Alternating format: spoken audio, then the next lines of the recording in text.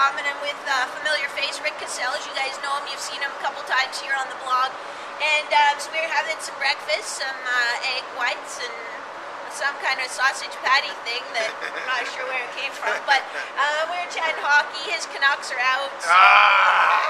So, but anyway, we were talking a little bit about single leg training, because Rick's area of specialization is injury prevention and helping people get back to playing if they do experience an injury. So we were talking a little bit about single leg training, and that's something that I like to use, and Rick had some good insight in it as well. But first, Rick, do you want to tell people where they can learn more? Because I know a lot of you have knee tendinosis, Achilles tendinosis. Where can they learn and get some resources that can help them get over those things? Yeah, if they head over to my website called exercisesforinjuries.com, if you just type in your injury, there's a good chance that I have an article or a blog post or a video related to that injury. So I focus on injuries and what you can do and exercise you can do to help you overcome that injury. So that's kind of what I focus in on, and that exercise for injuries is like a big resource when it comes to those injuries. Yeah. So, even though we try to prevent them, they do happen. So yeah. Rick's the guy to go to when that happens. Now, so we're going to do kind of two things. One, I just want to get your thoughts on single leg training compared to double leg training.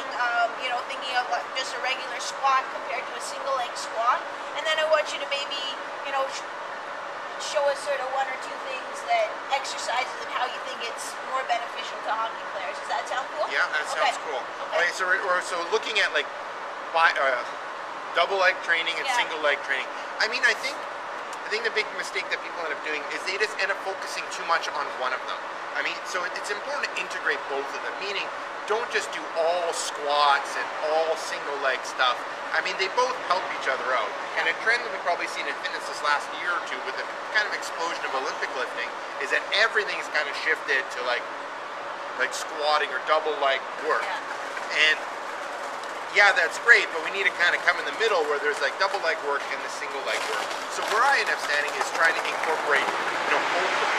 And the importance of doing both of them is you end up building overall strength in the legs, but you end up getting really good, you end up really working on that movement throughout the body. So with the squatting, you end up working on really good hip hinging, which is very important.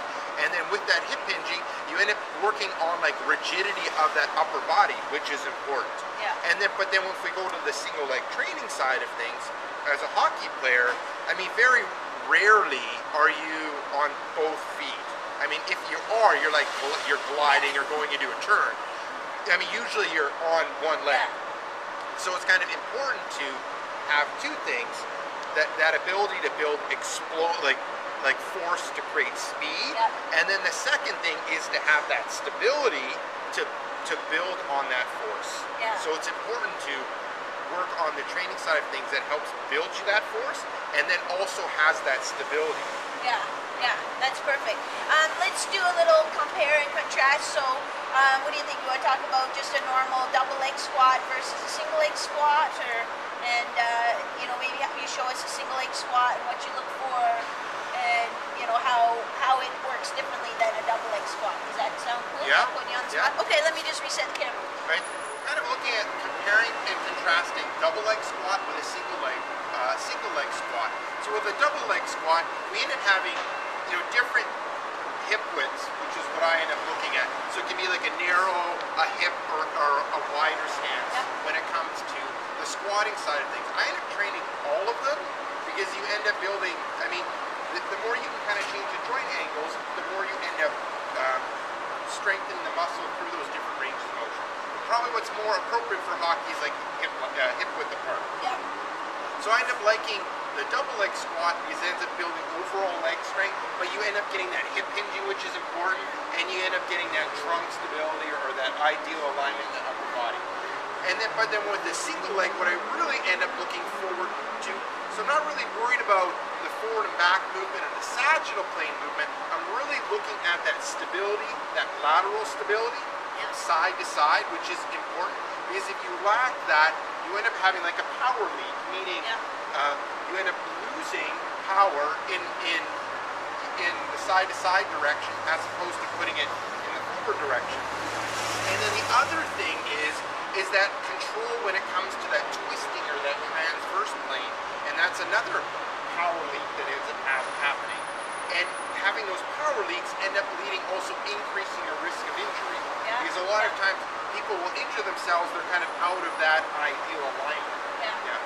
So I like doing the single leg squat, really to work on that stability and that control in that transverse plane. And then the other thing that I really look at is I end up looking at the foot, because I mean you end up getting a lot of balance and power out of that foot. So I want them to end up having like a stiff and rigid foot, but flexible as well.